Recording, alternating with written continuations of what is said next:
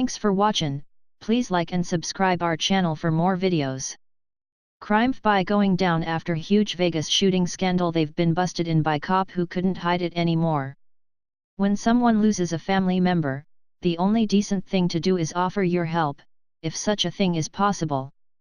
Traditionally, food is brought to the family's home, and in the case of high-profile events, like mass shootings, sometimes large businesses like airlines or casket companies will offer their services for free to try and relieve some of the worry associated with the death. Law enforcement and local government also commonly offer grief counseling or even get victims' families in touch with one another after questioning so that those affected can mourn with others who understand their pain.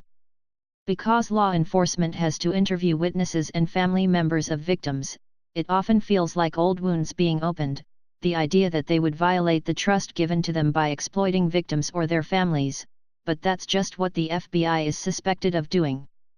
According to True Pundit, the FBI passed along the personal information of Las Vegas shooting victims and their families to a law firm looking to make a buck off of the victims, their families, and any businesses that could possibly be held responsible.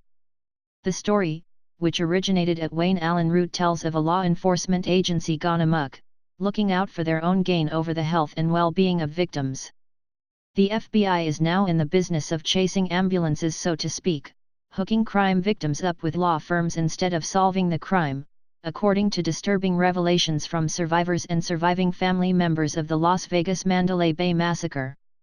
I am sad to bring you a story of what certainly appears to be shocking government abuse, corruption, scandal, and violation of trust.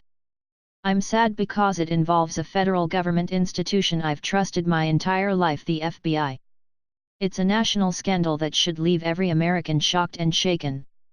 Is the FBI now a telemarketing firm shilling for class action lawsuits at private law firms?